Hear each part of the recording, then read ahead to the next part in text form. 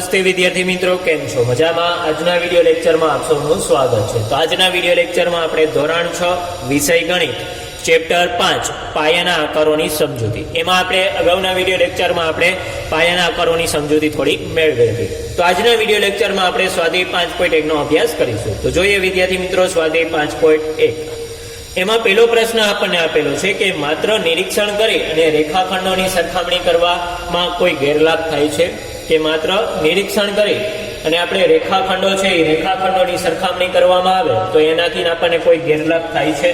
તો જોઈએ વિદ્યાર્થી મિત્રો કે માત્ર નિરીક્ષણ કરીને બે રેખાખંડોની લંબાઈનું અનુમાન કરવું એ કેટલીક વાર ખોટું પણ પડે છે. કે આપણે માત્ર શું કરીએ છીએ, માત્ર નિરીક્ષણ કરી અને રેખાખંડોની લંબાઈ માપવાનો પ્રયત્ન કરીએ છીએ. તો રેખાખંડની લંબાઈ માપવાનું અનુમાન કરીએ તો એ અનુમાન કેવું થશે, ઘણી વખત ખોટું પણ પડે છે.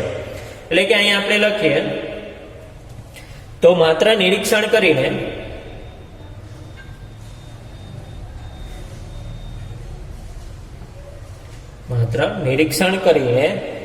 બે રેખાખંડોની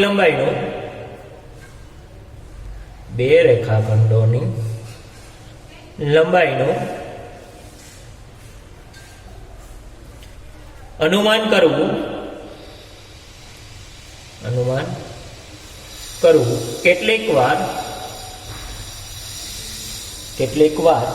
ખોટું પણ પડે છે.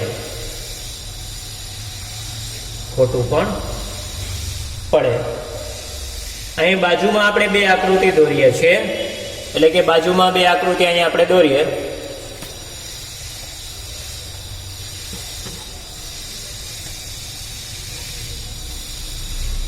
અહીં હું દોરું છું રેખાખંડ CD અને આલી બાજુ આપણે દોરીએ છીએ રેખાખંડ AB.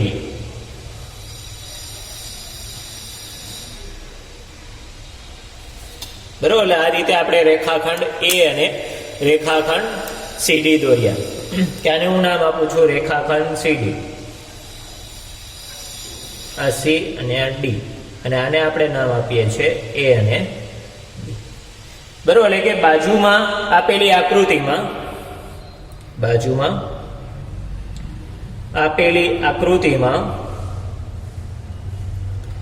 રેખાખંડ AB અને રેખાખંડ CD રેખાખંડોમાં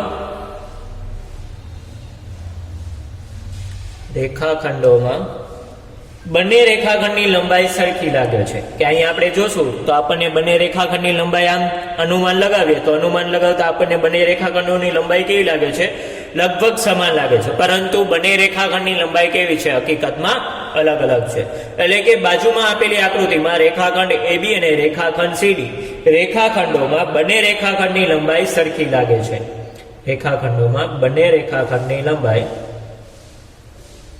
બંને રેખાખંડની લંબાઈ કેવી લાગે છે, સરખી લાગે છે.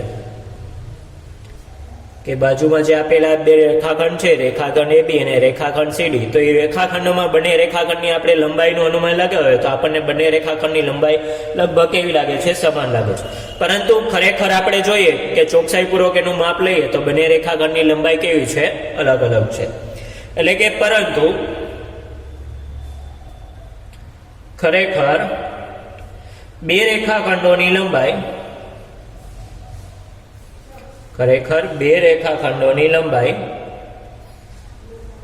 સરખી નથી. પરંતુ આપણે ખરેખર જોઈએ તો ખરેખર બંને રેખાખંડોની લંબાઈ છે, બંને રેખાખંડોની લંબાઈ સરખી નથી. કારણ CD રેખાખંડ છે તો CD રેખાખંડની લંબાઈ છે 2 સેમી અને AB રેખાખંડ જે દોર્યો છે એ AB રેખાખંડની લંબાઈ કેટલી છે, આવશે 3 સેમી છે. કે અહીંયા આપણે જોઈએ તો માત્ર નિરીક્ષણ કરીને બે રેખાખંડોની લંબાઈ છે એનું અનુમાન કરવું એ કેવું છે, કેટલીક વાર ખોટું પણ પડી શકે છે. કે અહીંયા આપણે બાજુમાં બે રેખાખંડ દોર્યા, રેખાખંડ CD અને રેખાખંડ AB, તો આપણે અનુમાન લગાવ્યું તો બંને રેખાખંડોની લંબાઈ આપણને લગભગ સમાન જેવું લાગે છે, એટલે કે લગભગ સરખી લાગે છે. પરંતુ ખરેખર બંને રેખાખંડોની લંબાઈ કેવી છે, અલગ અલગ છે, એટલે કે સરખી નથી.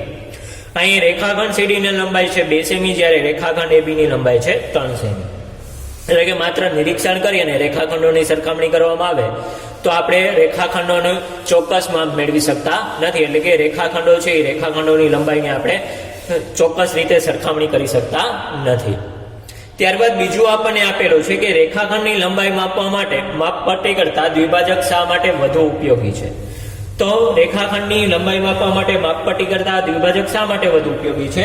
તો દ્વિભાજકની મદદથી આપણે રેખાખંડ છે તો એ રેખાખંડની લંબાઈનું આપણે ચોકસાઈપૂર્વક માપન કરી શકીએ છીએ, પરંતુ માપપટ્ટી છે તો માપપટ્ટીની ઘણી વખત જાડાઈ છે તો એ જાડાઈને લીધે આપણે ખોટું માપ મેળવી શકીએ છીએ. એટલા માટે દ્વિભાજકની મદદથી આપણે શું કરી શકીએ છીએ, રેખાખંડનું આપણે ચોક્કસ માપ મેળવી શકીએ છીએ. એટલે કે લખીએ માપપટ્ટી વડે રેખાખંડની લંબાઈ માપતા માપપટ્ટી વડે રેખાખંડની લંબાઈ માપતા કેટલીક વાર પૂરેપૂરું સાચું માપ મેળવી શકાતું નથી. પૂરેપૂરું સાચું માપ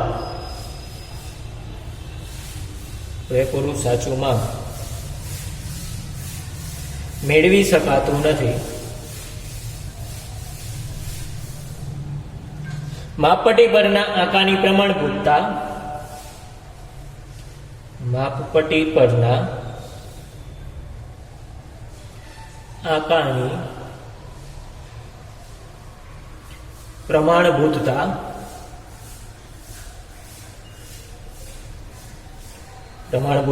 માપપટ્ટીની જાડાઈ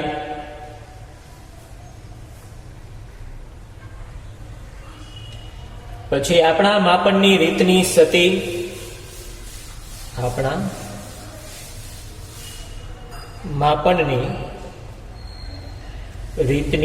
એટલે કે ખામી સતી કારણભૂત બને છે કે જેની મદદથી આપણે માપપટ્ટી વધે રેખાખંડ છે તો એ રેખાખંડનું ચોક્કસ માપ આપણે મેળવી શકતા નથી. એટલે કે પ્રમાણભૂત બને છે કે જેને કારણે આપણે રેખાખંડનું ચોક્કસ માપ મેળવી શકતા નથી. એટલે કે આમ રેખાખંડનું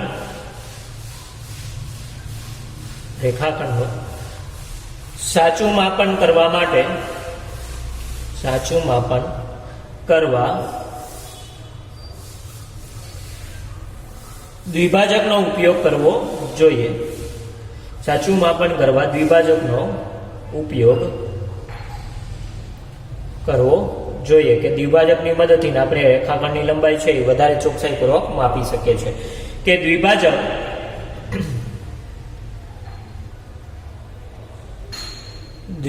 વડે રેખાખંડનું ચોક્કસ માપ મળે છે. કેવું માપ મળે છે કે દ્વિભાજક વડે રેખાખંડનું આપણને ચોક્કસ માપ મળે છે.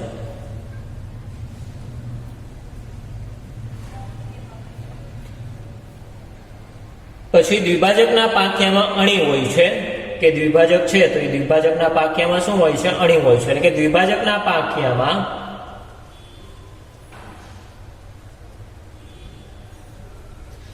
અણી હોય છે જેને લીધે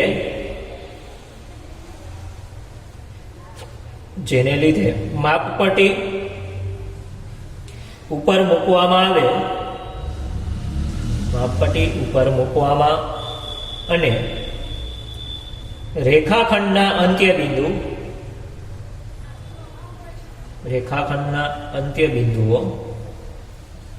અંત્યબિંદુએ મૂકવામાં ચોકસાઈ જળવાઈ રહે છે. કે આપણે ચોકસાઈ રીતે જે અણી છે દ્વિભાજકના પાક્યાઓની અણી, એ પાક્યાઓની અણીને આપણે જે રેખાખંડ છે એ રેખાખંડના અંત્યબિંદુઓ ઉપર મૂકી અને ત્યારબાદ આપણે એની સ્કેલ એટલે કે માપપટ્ટી ઉપર એને સરળતાથી મૂકી અને આપણે રેખાખંડ છે એ રેખાખંડની લંબાઈને આપણે શું કરી શકીએ છીએ, ચોકસાઈપૂર્વક માપી શકીએ છીએ. એટલે કે ચોકસાઈ એની શું થાય છે, જળવાઈ રહે છે, જેને કારણે આપણે રેખાખંડ છે એ રેખાખંડની લંબાઈ આપણે શું કરી શકીએ છીએ, ચોકસાઈપૂર્વક માપી શકીએ છીએ. પરંતુ માપપટ્ટી વડે આપણે જે રેખાખંડની લંબાઈ માપીએ છીએ એ રેખાખંડની લંબાઈ આપણે ચોક્કસ રીતે માપી શકતા નથી. ત્યારબાદ ત્રીજો પ્રશ્ન જોઈએ તો ત્રીજો પ્રશ્ન અહીંયા આપણને આપેલો છે કે કોઈ રેખાખંડ દોરી તેને રેખાખંડ AB કહો. કે કોઈ શું કરવાનું છે, રેખાખંડ દોરવાનું છે અને એને શું કરવાનું છે, રેખાખંડ AB કહેવાનું છે. તો અહીંયા આપણે પહેલા તો સૌપ્રથમ કોઈ રેખાખંડ AB દોરીએ.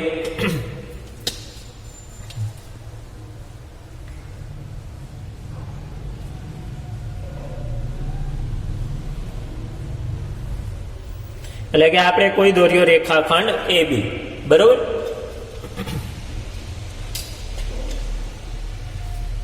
અને હું નામ દઈ દઉં છું રેખાખંડ આ A અને આ B, આ રેખાખંડ AB. હવે કોઈ બિંદુ C એના ઉપર આવેલું છે, કે કોઈ બિંદુ શું આવેલું છે એના ઉપર C બિંદુ અહીંયા ક્યાંક આવેલું છે, કે આ રેખાખંડ AB છે ને રેખાખંડ AB ઉપર કોઈ બિંદુ C અહીંયા આવેલું છે, કે અહીંયા કોઈ બિંદુ C આવેલું છે. તો C ને A અને B વચ્ચે રેખાખંડ પર દર્શાવો, એટલે કે આ C બિંદુ છે, કે એ C બિંદુને આપણે શું કરવાનું છે, રેખાખંડ AB વચ્ચે દર્શાવવાનું છે. તો હવે રેખાખંડ AB, રેખાખંડ AC અને રેખાખંડ BC, બરોબર. એટલે કે આ રેખાખંડ AB, પછી રેખાખંડ AC અને આ રેખાખંડ BC ની લંબાઈ માપો, અને શું AB બરાબર AC પ્લસ CB થાય છે કે નહીં તે આપણે કહેવાનું છે. કે શું કીધું કર્યું આપણે, પેલા તો કોઈ પણ લંબાઈનો રેખાખંડ AB દોરવાનો છે, ત્યારબાદ આપણે એના A અને B વચ્ચે બિંદુ C દર્શાવવાનું છે, અને ત્યારબાદ રેખાખંડ AB, રેખાખંડ AC અને રેખાખંડ BC ની લંબાઈ આપણે માપવાની છે, અને ત્યારબાદ એના ઉપરથી આપણે કહી શકીએ કે AB બરાબર AC પ્લસ CB થાય છે કે નહીં તે આપણે કહેવાનું છે. એટલે કે અહીંયા આપણે શું કર્યો છે, 6 સેમી લંબાઈનો રેખાખંડ AB લીધો છે. એટલે કે અહીં આપણે 6 સેમી લંબાઈનો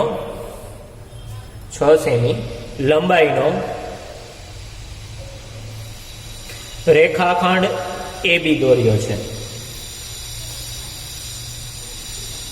અહીંયા આપણે શું કર્યું છે, તો 6 સેમી લંબાઈનો રેખાખંડ AB દોર્યો છે, અને રેખાખંડ AB પર એક બિંદુ C લીધું છે, કે રેખાખંડ AB ઉપર આપણે શું લીધું છે, એક બિંદુ C લીધું છે. હવે રેખાખંડ AB, રેખાખંડ AC અને રેખાખંડ BC ના માપ માપીએ છીએ. હવે આપણે શું કરીએ છીએ, તો હવે રેખાખંડ AB, રેખાખંડ AC અને રેખાખંડ BC ના આપણે શું કરીએ છીએ, ના માપ માપીએ છીએ. તો આપણે જાણીએ આ રેખાખંડ BC બરાબર કેટલા છે, તો રેખાખંડ BC બરાબર 2 સેમી. આ રેખાખંડ AB AC બરાબર છે 4 સેમી, બરાબર. એટલે કે આપણે રેખાખંડ AB, રેખાખંડ AC અને રેખાખંડ BC ને માપીએ છીએ. તો રેખાખંડ BC બરાબર છે 2 સેમી, રેખાખંડ AC બરાબર છે 4 સેમી અને રેખાખંડ AB બરાબર છે 6 સેમી. એટલે કે આમ થશે કે AB બરાબર 6 સેમી, 4 પ્લસ 2 કરીશું એટલે કેટલા આવશે, 6 સેમી. કે 6 સેમી લંબાઈનો આપણે રેખાખંડ AB દોર્યો છે. એટલે આવશે AB બરાબર 6 સેમી, AC બરાબર 4 સેમી અને BC બરાબર 2 સેમી છે. હવે આપણે શું કરીએ છીએ, AC પ્લસ BC કરીએ છીએ. એટલે કે AC પ્લસ CB બરાબર, તો AC બરાબર કેટલા છે, 4 પ્લસ CB બરાબર કેટલા છે, તો 2. તો 4 પ્લસ 2 કરશો એટલે કેટલા આવશે, તો 4 પ્લસ 2 કરીએ એટલે 4 ને 2 6 થશે, એટલે કે આવશે 6 સેમી. તો 6 સેમી બરાબર તો શું છે, AB છે. એટલે કે વળી 6 સેમી બરાબર તો છે AB. તો આમ લખી શકું કે AC પ્લસ CB બરાબર 6 આવ્યા, તો 6 સેમી ની જગ્યાએ AB લખી શકું. તો આમ થશે કે AC પ્લસ CB બરાબર થશે AB.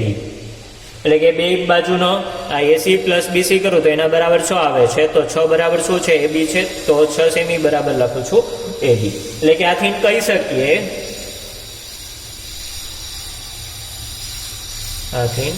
કહી શકીએ કે બિંદુ C, કહી શકીએ કે બિંદુ C એ રેખાખંડ AB પર આવેલું બિંદુ છે,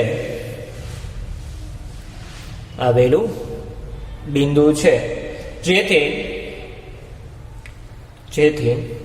AB બરાબર AC પ્લસ CB થાય છે. કે આથી આપણે કહી શકીએ કે C એ રેખાખંડ AB પર આવેલું બિંદુ છે અને જેથી AB બરાબર AC પ્લસ CB થાય છે. ત્યારબાદ ચોથો દાખલો આપણે જોઈએ તો ચોથો દાખલો આપણને શું અહીં આપેલો છે કે રેખા પર 3 બિંદુઓ A, B અને C છે. કે શું આપેલું છે, રેખા પર 3 બિંદુઓ એ બી અને સી આપેલા છે. એ બી બરાબર 5 સેમી છે, બીસી બરાબર 3 સેમી છે અને એસી બરાબર 8 સેમી હોય તો કયું બિંદુ બાકી બેની વચ્ચે હશે તે આપણે કહેવાનું છે. તો સૌપ્રથમ આપણે રેખાખંડ દોરશું કે જે 8 સેમી છે, કે જેના ઉપર શું આવેલું છે, 3 બિંદુઓ એ બી અને સી આવેલા છે. તો સૌપ્રથમ આપણે દોરીએ છીએ 8 સેમી લંબાઈનો રેખાખંડ એ બી.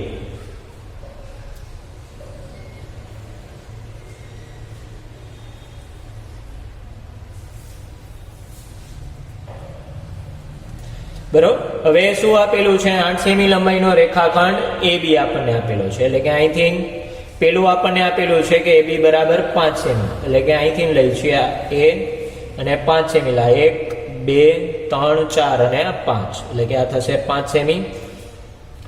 અને 3 સેમી લંબાઈનો આપણને આપેલો છે બીસી. એટલે કે આ 1 2 અને 3. એટલે કે આ 3 સેમી આપેલો છે રેખાખંડ બીસી. બરોબર.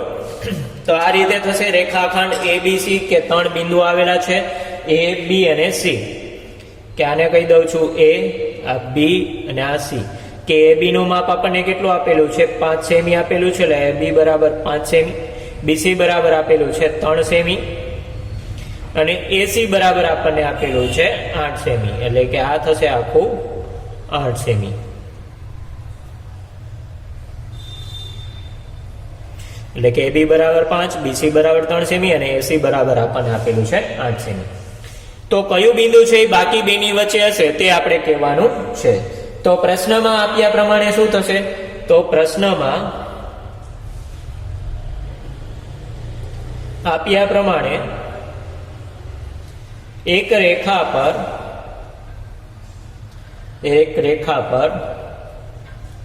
8 સેમી લંબાઈનો રેખાખંડ એસી લઈએ છીએ. કે રકમમાં આપ્યા મુજબ અથવા તો પ્રશ્નમાં આપ્યા પ્રમાણે એક રેખા ઉપર આપણે શું લઈએ છીએ, 8 સેમી લંબાઈનો રેખાખંડ એસી લઈએ છીએ. એસી રેખાખંડ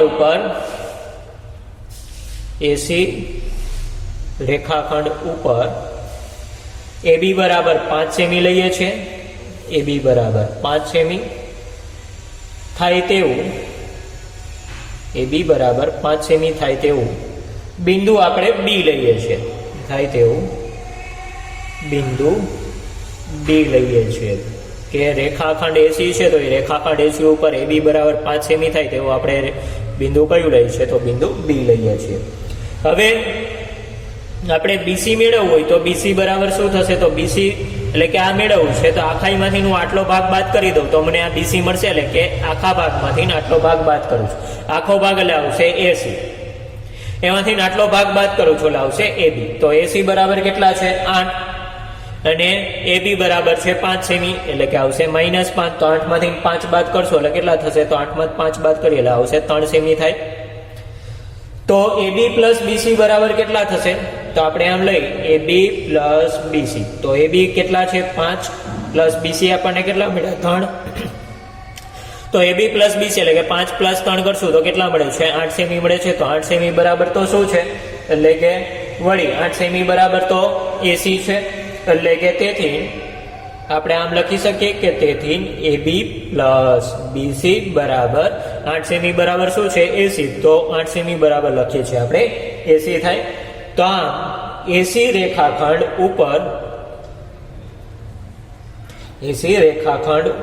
ઉપર બિંદુ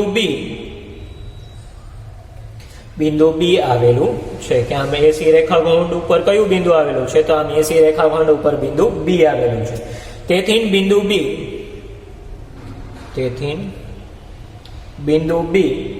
એ બિંદુ એ અને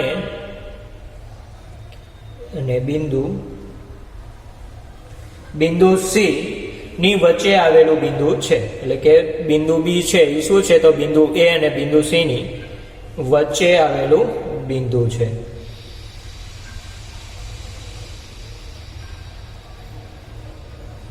કે બિંદુ બી એ શું છે, તો બિંદુ બી એ બિંદુ એ અને બિંદુ સી ની વચ્ચે આવેલું બિંદુ છે. તો અહીંયા આપણને એ જ પૂછ્યું હતું કે કયું બિંદુ છે એ કયા બે બિંદુની વચ્ચે આવેલું છે, તો બિંદુ બી છે એ બિંદુ એ અને બિંદુ સી ની વચ્ચે આવેલું છે. કે અહીંયા આપણે સ્વાધ્યાય 5.1 પહેલા 4 દાખલાનો અભ્યાસ કર્યો. આવતા વિડીયો લેક્ચરમાં આપણે સ્વાધ્યાય 5.1 આગળના દાખલાનો અભ્યાસ કરીશું. તો ત્યાં સુધી દરેક વિદ્યાર્થી મિત્રને જય હિન્દ, જય ભારત.